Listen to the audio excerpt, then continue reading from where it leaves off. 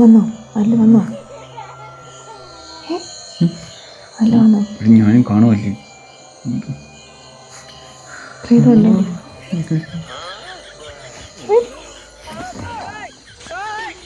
എനിക്ക് വലിയ ടെൻഷൻ അടിക്കാം.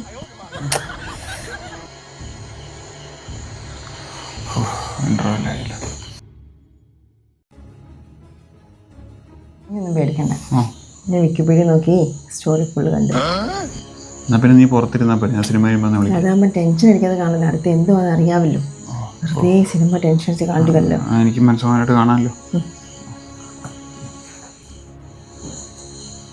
പ്രീത വന്നോ?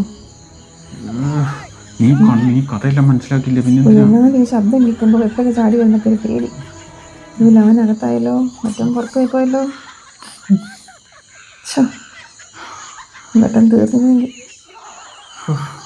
എൻ്റെ പൈസ പോയല്ലോ.